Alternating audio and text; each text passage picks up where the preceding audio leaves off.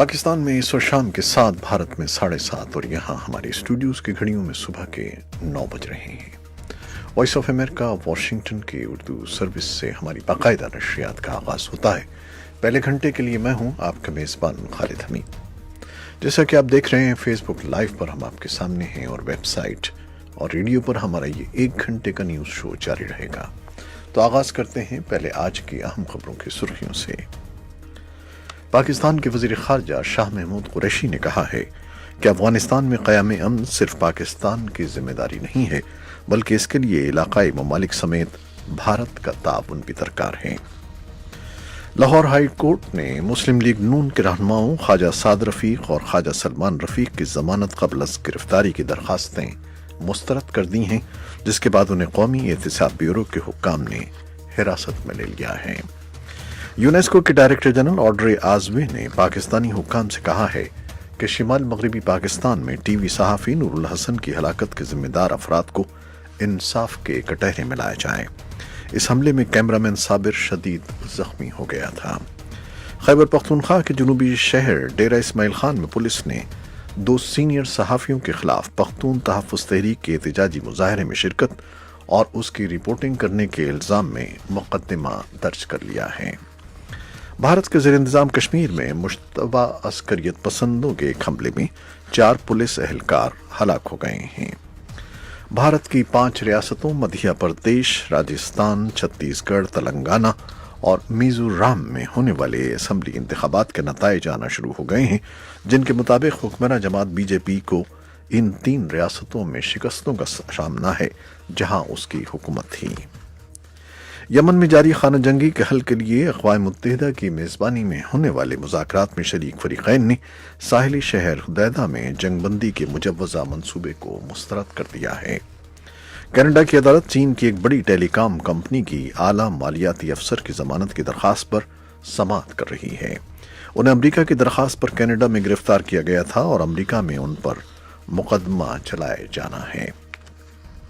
France میں ہفتوں تک ہونے والے اس پرتشدد احتجاج کے بعد جس نے ملک کو ہلا کر رکھ دیا تھا، فرانس کے صدر میکرون نے ٹیلی ویژن پر ایک ملک گیر خطاب میں متعدد فوری اور طویل المدت اقدامات کا اعلان کیا ہے، اور برطانیہ کی وزیر اعظم تھیریسا مے منگل کے روز یورپی یونین لیڈروں سے ملاقات کر رہی ہیں، جس میں وہ یورپین یونین سے برطانیہ کے انخلا کے اپنے معاہدے کو زندہ رکھنے کی کوشش کریں گی۔ یہ تھیں 6 سرخیاں، تفصیل کچھ دیر کے بعد۔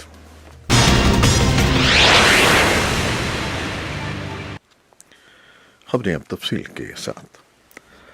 پاکستان کے وزیر خارجہ شاہ محمود قریشی نے کہا ہے کہ افغانستان میں قیام امن صرف پاکستان کی ذمہ داری نہیں ہے، بلکہ اس کے لیے علاقائی ممالک سمیت بھارت کا تعاون بھی درکار ہے۔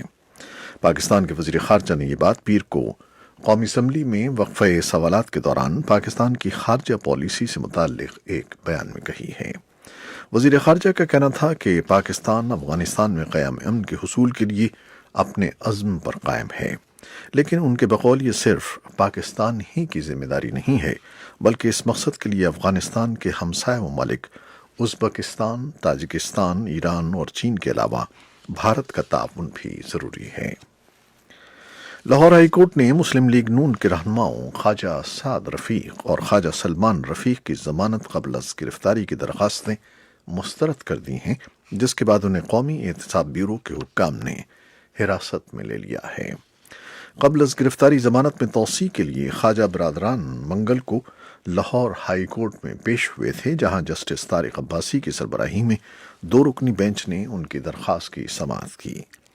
سماعت کے دوران خواجہ سعد رفیق کے وکیل نے عدالت سے استدعا کی کہ کیس کو کسی اور ریجن میں منتقل کر دیا جائے۔ ان کے موکل کی ہر چیز کلیئر ہے اور ٹیکس ریٹرن میں شامل ہے۔ اس پر نیب کے وکیل نے عدالت سے کہا کہ چیئرمین نیب خواجہ برادران کے کیس کی منتقلی کی درخواست مسترد کر چکے ہیں۔ یونیسکو کے ڈائریکٹر جنرل آڈرے آزوے نے پاکستانی حکام سے کہا ہے کہ شمال مغربی پاکستان میں ٹی وی صحافی نور الحسن کی ہلاکت کے ذمہ دار افراد کو انصاف کے کٹہرے میں لایا جائے۔ اس حملے میں کیمرامین صابر شدید زخمی ہو گیا تھا۔ ڈائریکٹر جنرل کا کہنا تھا کہ میڈیا کے خلاف اور عوام کے اطلاعات کے حق کے خلاف تشدد ناقابل قبول ہے۔ اقوام متحدہ میں وائس آف امریکہ کی نمائندہ مارگریٹ بشیر نے یہ خبر دیتے ہوئے کہا ہے کہ اقوام متحدہ کے صحافیوں کے تحفظ کے منصوبے کے تحت یونیسکو عالمی سطح پر آگاہی، صلاحیتوں میں اضافے اور تحفظ کے اقدامات کو بڑھانے پر زور دیتا ہے۔ 3 دسمبر کو نوشہرہ میں موٹر سائیکل پر سوار حملہ آوروں نے اس وقت فائرنگ کر کے ایک نجی ٹیلی ویژن کے صحافی کو ہلاک اور کیمرامین کو زخمی کر دیا تھا جب وہ اپنی گاڑی میں اپنی صحافتی ذمہ داریوں کو پورا کرنے جا رہے تھے۔ خیبر پختونخوا کے جنوبی شہر ڈیرہ اسماعیل خان میں پولیس نے 2 سینئر صحافیوں کے خلاف پختون تحفظ تحریک کے احتجاجی مظاہرے میں شرکت اور اس کی رپورٹنگ کرنے کے الزام میں مقدمہ درج کر لیا ہے۔ دونوں صحافیوں کا تعلق جنوبی وزیرستان سے ہے، لیکن وہ گزشتہ کئی سال سے ڈیرہ اسماعیل خان میں رہائش پذیر ہیں اور مختلف بین الاقوامی اور قومی ذرائع ابلاغ کے لیے اسی شہر سے پیشہ ورانہ خدمات سر انجام دے رہے ہیں۔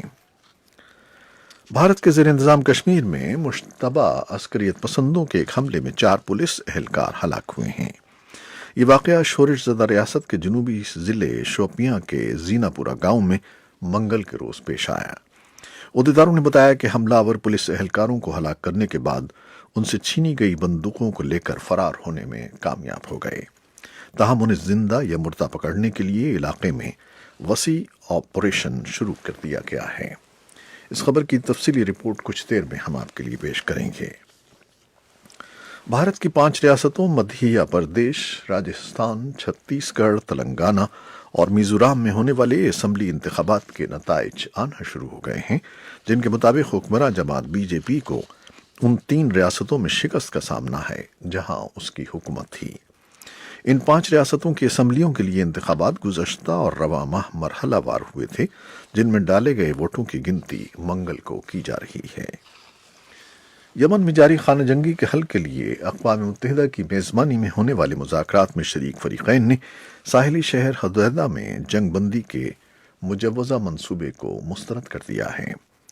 منصوبے میں تجویز دی گئی تھی کہ سعودی عرب کی حمایت یافتہ فورسز اپنے ہتھیار ڈال دیں گی اور شہر پر قابض حوثی باغی شہر سے پسپا ہو جائیں گے، جس کے بعد شہر کا کنٹرول عارضی طور پر اقوام متحدہ کی حمایت یافتہ انتظامیہ کے سپرد کر دیا جائے گا۔ حدیدہ یمن کا 4تھا بڑا شہر اور بحیرہ احمر پر واقع اس کی سب سے بڑی بندرگاہ ہے۔ کینیڈا کی عدالت چین کی ایک بڑی ٹیلی کام کمپنی کی اعلیٰ مالیاتی افسر کی ضمانت کی درخواست پر سماعت کر رہی ہے۔ انہیں امریکہ کی درخواست پر کینیڈا میں گرفتار کیا گیا تھا اور امریکہ میں ان پر مقدمہ چلائے جانا ہے۔ اس بارے میں بھی تفصیلی رپورٹ کچھ دیر میں آپ کے لیے پیش کریں گے۔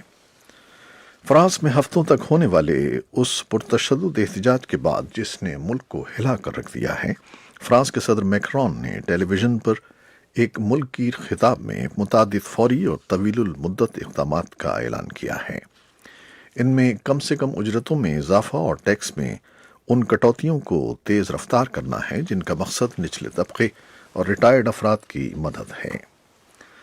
برطانیہ کے وزیر اعظم تھیریسا مے منگل کے روز یورپی لیڈروں سے ملاقات کر رہی ہیں، جس میں وہ یورپین یونین سے برطانیہ کے انخلاء کے اپنے معاہدے کو زندہ رکھنے کی کوشش کریں گی، جبکہ انہوں نے اس سے پہلے پارلیمنٹ میں اس پر ووٹنگ ملتوی کر دی تھی۔ ان کے ترجمان کا کہنا ہے کہ وزیر اعظم کی ہالینڈ کے وزیر اعظم مارک رٹ سے مفید بات چیت ہوئی ہے، جس میں دونوں نے صورتحال کے مطابق کام کرنے پر اتفاق کیا ہے اور برطانیہ کے دارالعوام میں ووٹنگ 21 جنوری سے پہلے منعقد ہوگی۔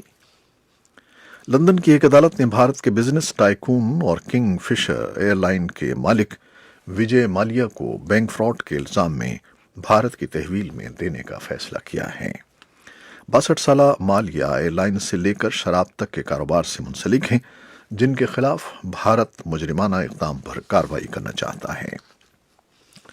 امریکی سینٹ کے دونوں جماعتوں کے سابق ارکان نے ڈیموکریٹس اور ریپبلکن جماعتوں کے موجودہ ارکان پر زور دیا ہے کہ ایسے وقت میں جب ملکی سیاست ایک اہم موڑ پر ہے، وہ جماعتی وابستگی سے بالا ہو کر ملکی مفاد میں جمہوریت کی حفاظت کریں۔ 44 سابق قانون سازوں نے واشنگٹن پوسٹ میں شائع ہونے والی اپنے آراء کے ایک مضمون میں کہا ہے کہ ملک اس وقت ایک اہم دور میں داخل ہو رہا ہے اور وہ محسوس کرتے ہیں کہ وہ اس وقت قانون کی حکمرانی، آئین، نگراں حکومتی اداروں اور قومی سلامتی پر اپنے خیالات کا اظہار کریں۔ اس گروپ میں ڈیموکریٹس جان کیری، ٹام ڈیشل اور کرس ڈاڈ، اور ریپبلکنز جان وارنر، رچرڈ لوگر اور چک ہیگل شامل ہیں۔ یہ تھی وہ خبریں جو فیس بک لائیو پر ہم نے آپ کے لیے پیش کی۔ ویب سائٹ اور ریڈیو پر ہمارا یہ شو ابھی جاری ہے، ہمارے ساتھ رہیے گا۔ فیس بک لائیو سے اجازت لیتے ہیں، اللہ حافظ۔